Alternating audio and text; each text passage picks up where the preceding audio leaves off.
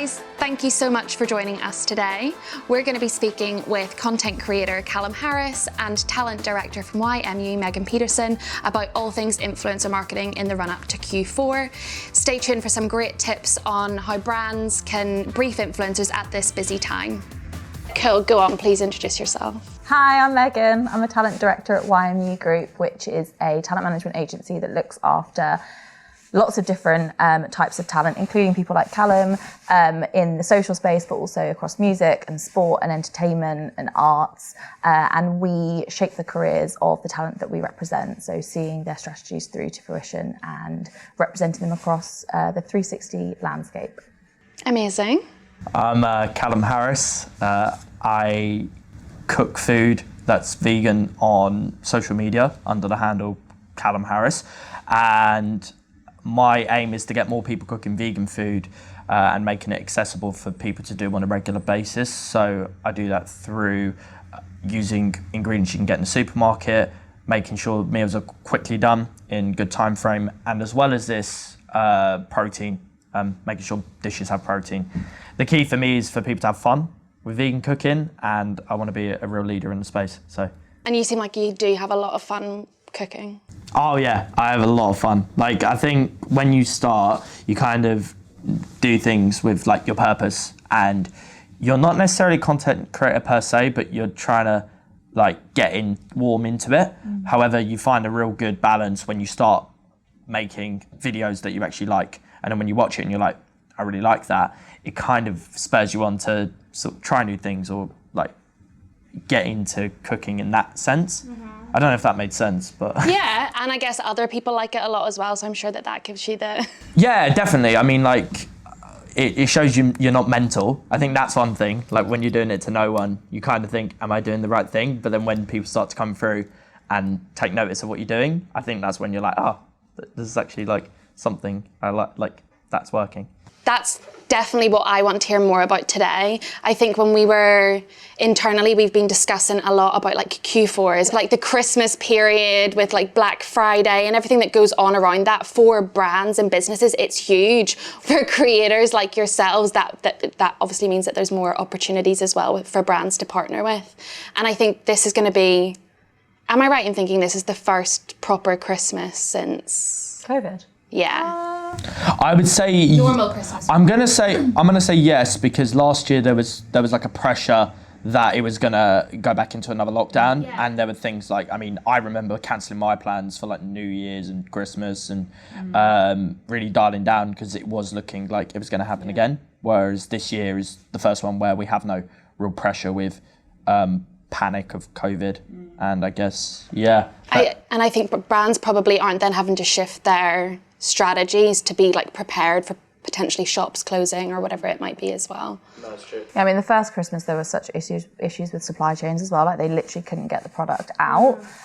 Whereas last Christmas they didn't have that problem, but it was the like prep period of like, oh, will it go live? Won't it go live? Like, you know. So yeah, I think hopefully this Christmas will be normal. But I think your version of Q4 will be January. Yeah, because I mean, I cook vegan food, so essentially you've got the two biggest months of food for me back to back. So you've got Christmas, which obviously a lot of people are going to be cooking food in Christmas, and then you've got Veganuary, which is like the switch where people suddenly go, okay, I'm going to get my gym membership, I'm going to, I'm going to take up running, I may go vegan or things like that. And yeah, so it's kind of a massive 2 months where you have to plan your strategy so much in advance that you're not going to fall behind, because there's a lot of people that may be there and expecting stuff from you. And so with that, like, I guess just like on that topic, with January becoming like going to be one of your biggest months, what planning is occurring right now for you with brand with brand partnerships?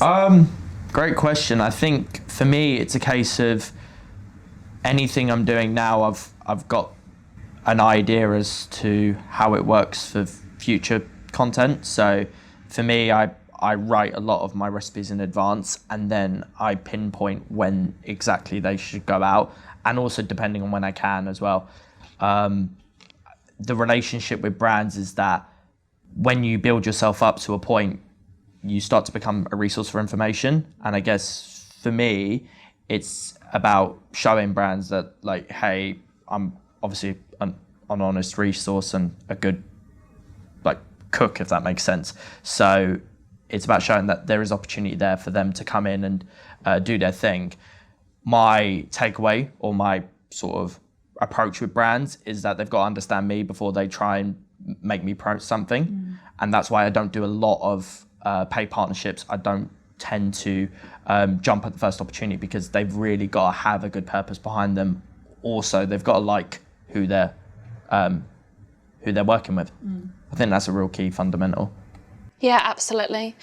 And I think that comes across in content, doesn't it? If I know that it's a word that gets thrown around so much, but that authenticity and that genuine relationship. Yeah. Like, how do brands, like from both perspectives, I'm really interested in your opinion as well, Meghan, how do brands create that relationship best with like creators like Calum?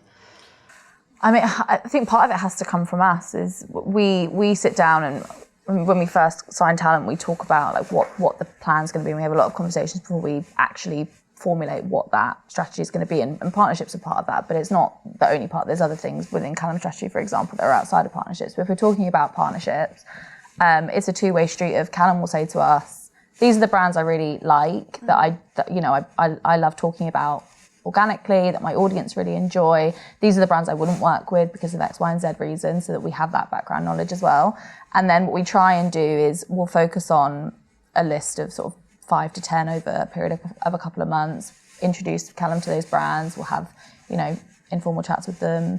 They'll get to have like coffee or breakfast or whatever, and we hear about what their marketing objectives are, whether or not that aligns with what someone like Calum wants to do, and try and build the relationship organically. And then on the other side, I think if we're talking about like proactive work, where we're going out to brands and saying you should work with someone like Calum because of X, and they're not necessarily coming to us with a campaign, it's having the honest conversation with the talent and saying like, look, there's a lot of people out there that want to work with the same brand, and if you really want to, then you have to invest time in that relationship. And that's across, supporting them on socials, leaning into what they're doing, making sure that you're aware of what their plans are and what they want to achieve, and that you can slot into that as well as them slotting into what you want to do. So it's like a relationship like any other. We try and build it over time, and you can't rush it, can you? It's like... Yeah, exactly. One of the best approaches I had from the beginning was like a reverse approach to approaching brands.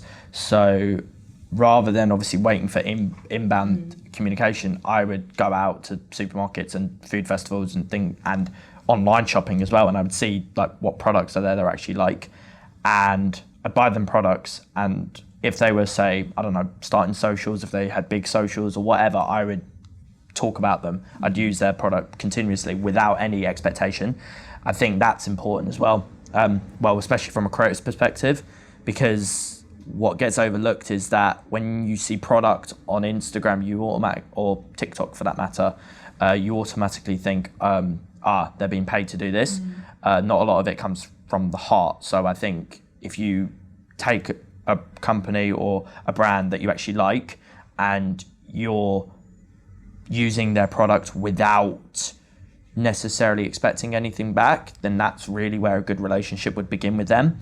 I also like to joke with them, because I know deep down that... Of course you do. Well, I mean, companies and brands, we're people underneath it, so I know how mundane the 9 to 5 can be, and I know how mundane it is to message 100 accounts on Instagram or TikTok or whatever, and just getting nothing back. So I think for me, I'm just playing jokes. I'm just sort of, I'll go like, oh, hey babe, and like I'll just do things like that, just to sort of like informalize it. It's a people business, isn't it? Like, yeah, people want to work with nice people, and as long as, I think, if you're pleasant and you work hard and you're, you deliver content on time and you're good to work with, and you build that relationship over time.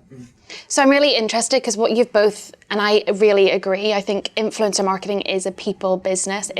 Content creators are you can say what you want, that's fine. Are people. No, I want you to feel comfortable. I'm comfortable. I'm good. It's working with a person, which is very different to like the media landscape, and maybe where other people working with the budgets have worked before. So they think it's a kind of like a give and take relationship. It's like, please do that, and then you return.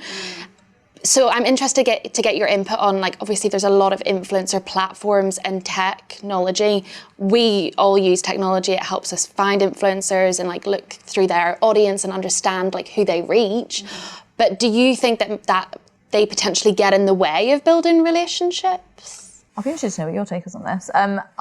For me, they feel a little bit like when you try and get through to customer service and you speak to a robot. That's what it feels like to me. I'm like, I just want to speak to a person. Like the automatic pop-ups on websites. I also think that on a practical level, for smaller creators who don't have management, I think they can be really helpful because you're getting to the source of all of these potential partnerships that you might have an affinity with you that you want to explore.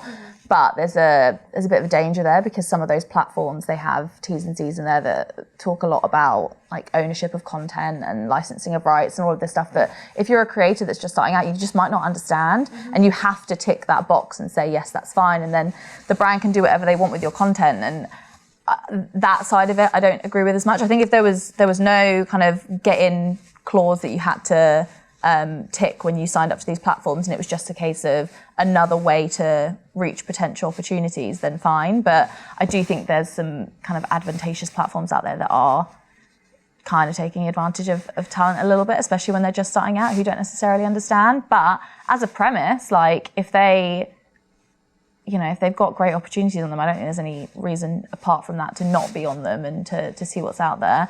As a manager, I find it a lot easier to talk to someone. I'd much rather pick up the phone. But then I also appreciate if you've got 100 briefs going and you're one person and you're balancing all of these campaigns, you can't speak to 100 different managers on the phone. So I get it from both sides. I would prefer the more personal approach. I do agree with Meghan, not because she's my manager, but I think as well it becomes impersonal, that kind of like white label approach. And also, like you said, if I was like a small creator just getting these briefs through and I saw them come through, there's two things I'm looking at. One, do I know the brand or like it for that matter, what they're doing? And B, how much is it? So I think if you get swayed by either of those two, you can end up in like sort of a pit where like you're doing all these little deals, and not only do you lose potentially the potential to foster a relationship there, but also you dilute what I would call your stock or your validity. Those platforms are very, like, to summarize, it's very transactional. There's not really a conversation to be had of, actually I think my audience would prefer it if we did this, because it's like, this is the deal. That's what Do you want the deal or not? That's exactly what I was going to say. I've worked with brands in the past who have received content through some platforms, and because there is no human to discuss with or to bounce ideas off or brainstorm with, the content creators actually end up like creating very similar content because they're just doing what's asked of them and no more. And also you see right through it, it doesn't do the brand any favors. Really, it doesn't. It's like if you've got 20 influencers all saying the same thing, all doing the similar video, and they're also out of their comfort zone, and you're also kind of out your comfort zone because yes, you're getting your brief done, yes, you're spending your budget, but then when you look at what's being presented, you've got 20 of the same item.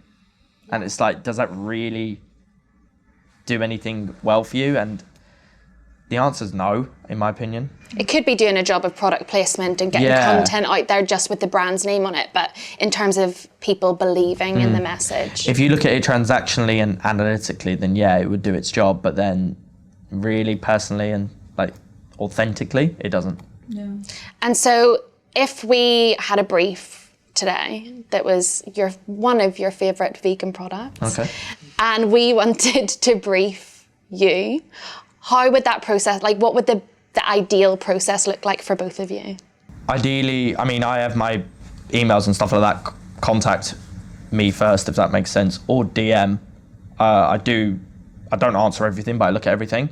And then if it's of, say, weight, and I really like the person that has come through, or furthermore I'm intrigued by it, I will usually then send it to someone like Meghan, who then would take it on and obviously nurture the relationship there and hopefully do a deal with them. They're also good at what they're doing, YMU, because essentially, I don't mean to float your boat, but like if it doesn't feel right, they won't like push it like to make it work. They really want to foster a good thing out of it. So it literally all depends. If we're talking about reactive briefs that come through, once we've kind of had a conversation with the talent to work out whether or not the brand is someone that they'd be interested in exploring, or if the campaign sounds of interest, if they've had a kind of summary of what the opportunity on offer is.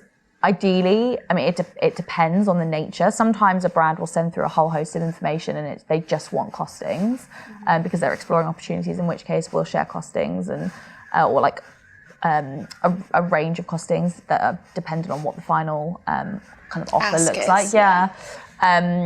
And usually if it's a deal that's kind of bigger than a sort of one-off post, then we would want to jump on the phone and we would want to talk about what works really well for the talent, that, you know, based on kind of historical performance, we would recommend that we think would fit with what they're trying to do. Sometimes that might mean that we're suggesting different deliverables than they've you know, come in and said that they're after, or it might be that they really want to focus on something like, we've had like really specific briefs through before that we're like, oh, the brand is great, the product is great, but this like particular creative ask isn't quite right, and this is why. So, and do you say that to them? Yeah, I think all of us in this industry want influencer marketing to work because it's all of our jobs, and this industry means that Calum gets to do what he wants to do. I get to have a job that I really love, and I want to make sure that when brands are engaging in influencer marketing, it's going to deliver the results that they want. And sometimes when a brief comes in, you're like, oh, I get the intention, but I don't think it's going to work, and this is why. And sometimes a brand will listen, and sometimes they'll say, oh, yeah, I get it, but this is what we're going to do. And then it's a case of saying to the client, like, look, this is what they want to do. I don't necessarily think it's going to land, but you let me know if you disagree for whatever reason. And then it's a conversation between us to say, like, you know, what are we going to go back to the brand and say? And sometimes it's a decline on the account of, you know, the creative's not quite right, and we would want to have more input in that. And sometimes there's a way to make it work, in which case we'll talk to the brand about it. But I think the main thing is that we're always trying to educate the brand on what will work best for that individual client, because everyone's different, each audience is different, and the relationship that you have with the audience is different. What will work on one platform won't work on another. Like things that you post on Instagram will do phenomenally well, and they'll go on TikTok and they won't do as well. Yeah, but then vice versa, the other way around. It's honestly, the platforms at the moment are a bit of a minefield as to what pops and what doesn't. The other thing as well is that, I mean, I used to work in marketing before I did this as my job now, which is weird. But when you're looking at profiles, you see one thing and one thing only, and that is number. And when you take it, you're like, okay, we need to get, say, X amount of creators with this amount of following. We need to get micro influencers, the term, where it's like in the 5s and 10s. And we need to fill that criteria. But the problem is that when you're looking at it in a number perspective, you're not necessarily taking into consideration what they're actually doing to achieve that, or how many of those people are actually watching continuously. One thing I like to look at with brand deals in particular is like how many people are actually going to be on this, because then that dictates how much play you've got in the creative. Because if they're reaching out to, say, 20 people with the aim of 10 people doing it, then the brief really is going to be quite rigid. Whereas if it's only, say, 2 or 3, then maybe you've got some wiggle room there. So that's another thing. It's like, how big of a campaign is it? Because then that depends on the creative as well. So, you know, when you're asking about how many people are going to be involved, do you also ask like who would be involved? And yeah, I mean, it definitely comes up in my mind. But I think really it's like, yeah, I mean, it all depends, because there are like creators who do a lot of deals, and sometimes the voice or the tone of voice will come across inauthentic, but then there's also others who are brilliant. It literally depends like on each creative brief. One thing I like to do is sort of stand away from a lot of creative briefs. I quite like to have my own thing going on. I don't know why. I think it's just necessarily, it's like whenever I'm doing something, it's really got to make sense and it's really got to like stand out from me. So it's to a point where it's like any video I'm doing won't feel like an ad. And I think that's important. It's like having that approach where you're watching something and you're like, yeah, like that was actually a good video. It's like it weren't necessarily like in your face, paid partnership. I've worked with this brand and they want to know how's my gardening skills. And it's like, yeah, no, you can see right through it. So it's like, Let's try and not slander any brands. And no, I'm it's not even slandering. It's joking. slandering the process. It's like that's it to a T, isn't it? Yeah, absolutely. I like obviously working in the like influencer industry for like 7-ish years. I remember getting briefs from clients, and they used to come and say, we want one YouTube video from this guy or this, you know, this person, and it needs to be X, Y, and Z. And in the early days, you would fulfill that. You would say, okay, one YouTube video, that's great. Like, what's the creative? And you would discuss it from there. But when it came to the measurement side, they were like, oh, that was a bit of a flop. But they dictated the brief, they dictated the strategy almost, they dictated the creative, and they didn't allow agencies or, you know, talent managers to get involved in that creative process. And that's something that I've seen definitely change. And more, I love it when like people like you, Meghan, come back and say, actually, this brief would look far better if, you know, Calum did X, Y, and Z. But are there other changes that you've noticed? Because obviously you've been in talent for how many years? 10. Yes. So like, what are the biggest changes that you've seen? For the better and maybe the worst? I mean, there's a lot more agencies out there now. There used to be there used to be a handful that we would work with time and time again, or brands that really got it. That were super invested in influencer marketing, whereas now, like, gosh, like I feel like I couldn't name very many brands that don't engage in influencer marketing now. But that was not the case when I started. It was like you really had to educate brands into why they should be engaging in this like side of marketing. I think the biggest change is the expectation that now brands have of what content is going to do. So the performance. Yeah. But I think there's also the most difficult thing about working in this industry is, although brands are really laser focused on performance, they're very hesitant to share how things have done. So if they've done well, they won't give you specific data as to how it's done, which is really hard, because then we get another brand that says, oh, do you have any proof of how Calum's content's performed? And I'm like, well, outside of vanity metrics, I don't, because the brand before didn't want to share with me the sales that he's delivered or whatever. Right. So that there's still like that's quite challenging. I would love to have information about the traffic that's been delivered to a website, and I know that if a brand comes back to work with a talent again, it's done what it needed to do, but I don't have the like tangible information to say to the next brand. Do you think that's because if he's driven I was going to swear there, a ton of sales, they think that you're going to increase prices. Yeah, and I get it, I do, but it makes it difficult to prove that what we're doing is working. So sometimes I just have to say to brands, look, like, I don't have anything tangible to share to you outside of swipe up links, clicks rather, but the same brands want to work with these talent again and again and again. So it's doing something. Yeah, I can deduce that it's doing something for those brands outside of just being like really great content. Outside of that, I think just the industry has become so much more sophisticated. There's so many more ways that you can collaborate, and I think that partnerships have become more multifaceted, and it's less like, I just want to do an Instagram post and a story or whatever. It's, brands assigning talent for longer periods of time, and we do a lot of we've got clients that do a lot of brand consultancy, so it's not audience facing, but they're part of shaping what that brand is going to be releasing in the future based on what they know that their audience likes. So I think that side of it is really exciting, because it means that they're having a hand in shaping what the future of their favorite brands look like.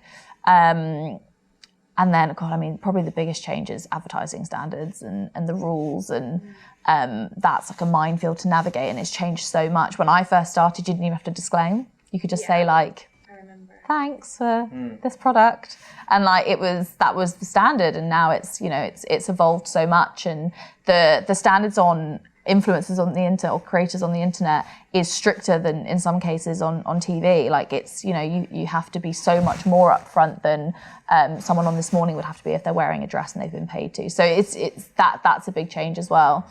We work with like a variety of different titles, and I'm sure like you're very used to this, but some of them come from a more performance background. And like obviously forms part of our briefs then with influencers. We like to be very upfront what we're trying to achieve, because if we don't tell you what we're trying to achieve, how are you going to know how we can best deliver that? And so I wonder, within briefs, are you seeing more performance-driven metrics?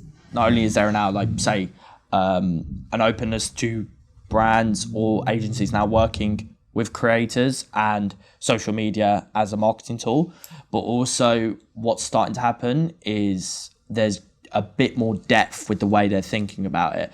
Even up until a few years ago, it was very transactional. It was very like, okay, if the post or the video gets X amount of views, likes, comments, then we know it's a success.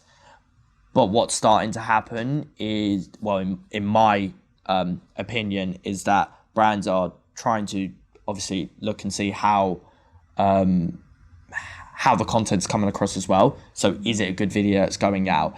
Is there elements where it's like approachable? Does it show the brand in good light? Good videos and good content will win in the end.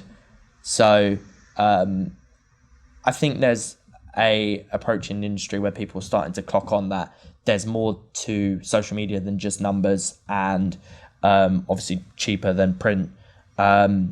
There's a need to foster something a lot more than that. I think it, as well as part of that, I mean, I am very guilty. I go onto Instagram to be sold to. I do. I go looking for products. Like, I want to be inspired, whether it's what I should be cooking for dinner at the weekend, whether it's what hotel I should book when I go to Italy.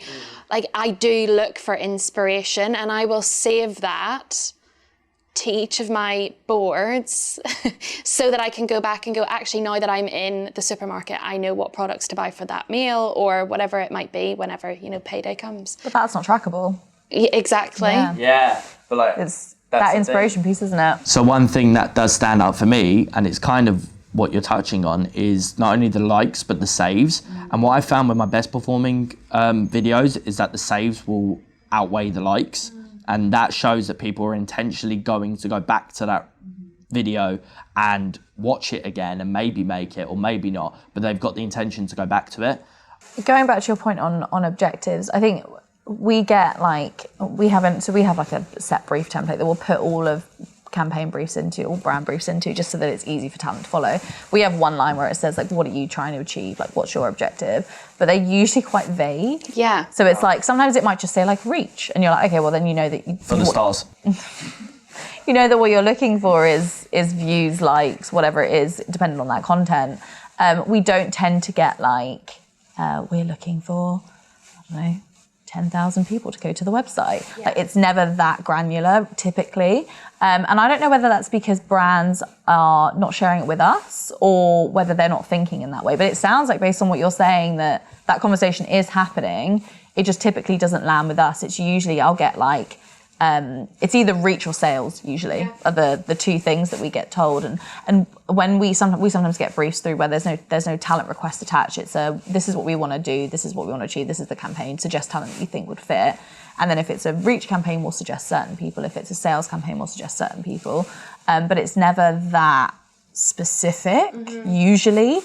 Sometimes it is. And you've got agencies that are out there where their whole model is that they will guarantee a certain amount of engagements or sales or whatever to the client that they're working with, and then they'll come to us and say that, you know, we've got this much budget for this talent because this is what we need to achieve, and based on what they have done with their other content, we can kind of earmark that that's what they're going to do.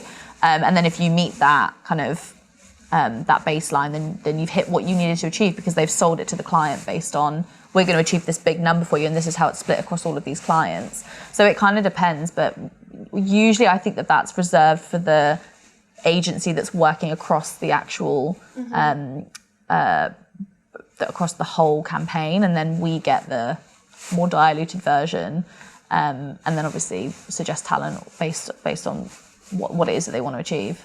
It also sounds like it depends on the teams involved in creating the brief or sharing the brief, because someone from a more brand perspective might just say drive brand awareness, and whereas someone from a more digital marketing perspective will have you know, they want as many clicks to their website or they want sales, as you're saying. So I think it also depends on the point of contact and whether they're communicating. And I'm that's drawing changed. a diagram here on the table. I'll say that's changed as well, because when I first started, there were no influencer teams within brands or agencies. It was like it was the marketeer's job to do the influencer marketing. So the way that they approached it was very different. Whereas now I think because there's dedicated, go on what? No, that's the other thing. It's like marketing itself. Like now you have to have specific roles tackling each thing. Whereas before it was like marketing was a one size fits all approach. And it was like, okay, marketing will also deal with the website and also deal with the emails and also deal with the social media and also deal with maybe the events as well. Whereas like there's like 5 different things going on with 5 different appeals,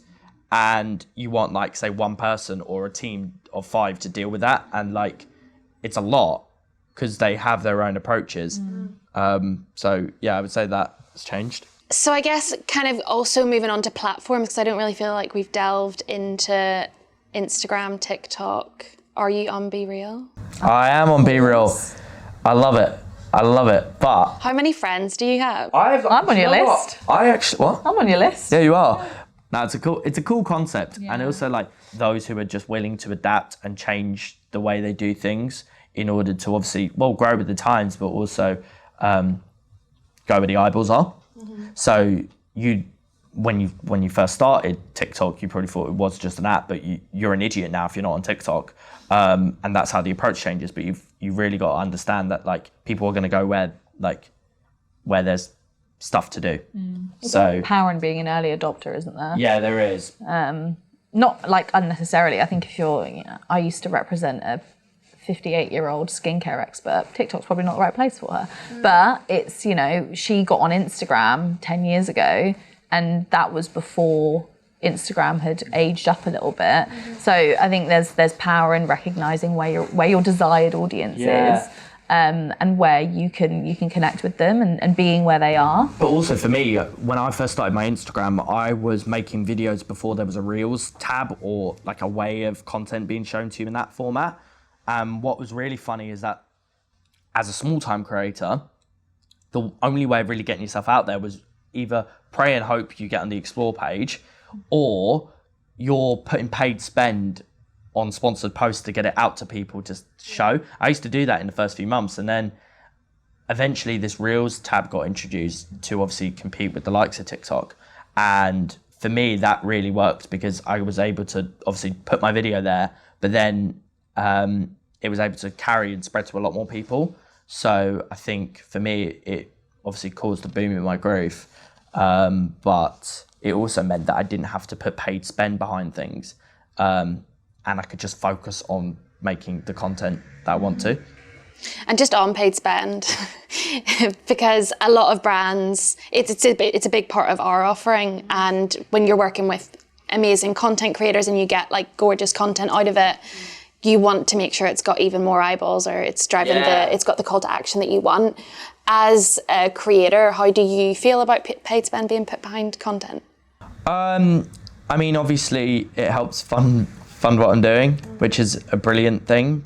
I also think that I'm very picky with who I work with. So when I do take a deal on, I'm mindful that they're putting money behind me, and their money is somewhat needs to be paid back. Not necessarily in terms of like they're ever going to chase for it, but it's like you need to understand that has value, and you really need to do well by that value, because you're not being given that just because you've got this X amount of followers and likes. You're being given it because they trust you, and like you have to like give that trust back, whether that's in a good video or whether that's in a smart way of getting people to stay on or buy the product.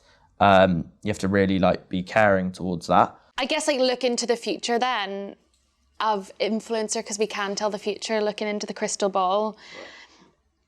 As we've just touched on, the success of influencers is really sometimes at the mercy of some platforms and the algorithms out there. Do you think influencers will get more, will maybe shift to other kind of like media outlets or other forms of revenue outside of platforms? For you, is that becoming more of a thing where you're looking at other career opportunities, so to speak? Yeah, definitely. I think for me, the best creators are the ones that can jump into any industry and they work in those industries. I don't know about you, but there are creators out there who have massive followings, but then you could put them in, say, a TV format and they don't necessarily translate well because they have an idea of how to make content, but they don't know how to, say, portray in a traditional format. But if you're able to, say, jump in between different things and, say, float or swim in those environments, then yeah, definitely, it's like it's a real like opportunity to capitalize on that. As much as these platforms are great, and as much as I've got my growth, I have to understand that there is a finite amount of time to do things. Like there are people who, say, 10 years ago were hot, and then when you look at them now, you're like, oh, okay, they don't have the same effect because why? Are they doing the exact same thing they were 5 years ago? Yeah, like, yeah, you have to keep adapting and changing. And same goes for people like who are, say, afraid to dip their toe into different industry. You have to go where obviously feels right, but also where eyeballs are. Yeah, for me, it's really important in hopefully my longevity that I'm doing like 5 different things to sort of sustain it. Not only that, because I feel like if you've got a real, I mean, like, I hate to use diagram. I love them in the end, but look, it's hand, right? So like if you're doing, say, I don't know, brand deals, you're doing, say, TV or whatever, you're doing this, you're doing that, it's all got to have the same core like strategy behind it, or the core belief. Yeah, exactly. Why are you doing it?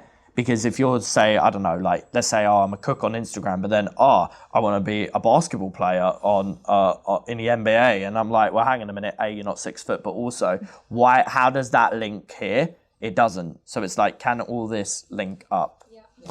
And the answer is yeah, because like if one finger goes, then you've got like several to. And I think that makes you even more attractive for brands or businesses, because different people, like different audiences will see you on different mediums, and you'll become more recognizable. You'll probably broaden your audience. And although you're amazing on TikTok, you might find out that actually you've got a real knack for the radio or something. Do you know what I mean? Yeah, I mean, and you might become more popular that way. So to kind of wrap things up, I think it would be really helpful, like looking at Black Friday, Christmas, but also January, your peak season. What would be your 3 tips for brands and, you know, their agency partners briefing creators to guarantee a successful brand partnership? My first one would be get in there early. Get in there early. I think that's a very, very good point. There's nothing worse than 3 days before Black Friday, someone landed in your inbox, hi, I've got this campaign. I'm like, oh. Okay, so everyone, you heard us, be quick. Yeah, just get in, like, I'm not talking like 3 months in advance, but, you know, let's start conversations a few weeks ahead. Start like planning for me. So it kind of ties into the first point, plan early. So yes, there's Christmas content coming up. So for me, I'm already thinking, okay, cool. What ideas can I do for a video that may be different from last year? So planning / get in there early too. We don't like, well, the majority of talent don't like to have too many campaigns going live over one day with Black Friday and Christmas. So I think it's be realistic. If you want to work with clients, it's a very competitive time. So and competitive, do you mean that prices can rise? Yeah, like it's a busy time, and if you want to work with clients that aren't saying yes to everything and every opportunity, then be realistic about what the time of year means, because like there's a lot on offer. There's a lot of briefs flying around, and ideally you want to work with people like Calum who have a lot of morals and ethics, and you know, you don't say yes to everything, and it's about what's the right thing. And it's not like, I'm not saying it's about the highest offer, because it's not. It's, you know, don't try and shove too many campaign messages into your brief. Like when it's Black Friday, the thing that people are hyper conscious of is, okay, what's the deal? Like what's the, as a customer, what great deal am I getting? That should really be the core of your message. Like if you're going to try and shove in loads of messaging around something else, it's like, it's kind of going to get lost. Yeah, I think seasonal content has that issue sometimes where it's like it all feels the same. And I think what can really stand out is when you are approaching, you understand the creator you're about to approach. It's very hard considering it's highly competitive, and like you might not get that certain creator for that deal. But I think just having an openness, and also what Meghan said earlier, like the points marry up. If you're doing it early enough, then you can have that conversation, say in October time, about what you're going to do in November time, and then you feel more prepared, because then you're like, okay, cool, we've got an understanding, this is going to go out, it's going to do well because we've got this plan in place. They all merge, you probably notice all the points, because it is just one overall goal of planning and execution. Planning well and getting people involved and giving time to plan well. Exactly. Yeah. And I think being creative with it. So looking at, say, the season, that is a seller in itself enough. Like, everyone's going to be buying a deal on Black Friday. Everyone is going to be buying Christmas gifts for Christmas. So understanding that, yes, we've got a blessing here that this is going on. How can we actually make this a bit different? Because everyone's going to be doing the same thing. So it's like, okay, cool. Who do we actually want for that messaging? Who can actually give us like the satisfaction we need, but also the numbers we need, maybe? My gripe as well, as a person who buys online a lot and shops through Instagram a lot, is when everyone has the same value code. This is such a personal thing, but I hate it when I go on the website and there's 10% off on the website, and then this poor influencer's also got 10% off, and I'm like, I'm a nice person, I'm going to use your 10% off code because I want you to do well. But it's like, I as a consumer, I'm like, is the brand measuring success of that campaign based on that code that influencer has? But they also have a 10% code off on their website as well. I guess what they're trying to do, and we've experienced this, is level the playing ground, because if they might see, well, of course, an influencer's going to do well if they've got 20% off, whereas we're offering 10. Yeah. So they're trying to offer a level playing field. Yeah. But I can understand that frustration. Yeah. And then if people are lazy, like I sometimes am, I'll just click whatever code comes up, when actually you did find that product through the influencer. Yeah, it's a hard one to measure, and I think that's another thing. Like, how are we actually going to see if that product's been bought from that specific person?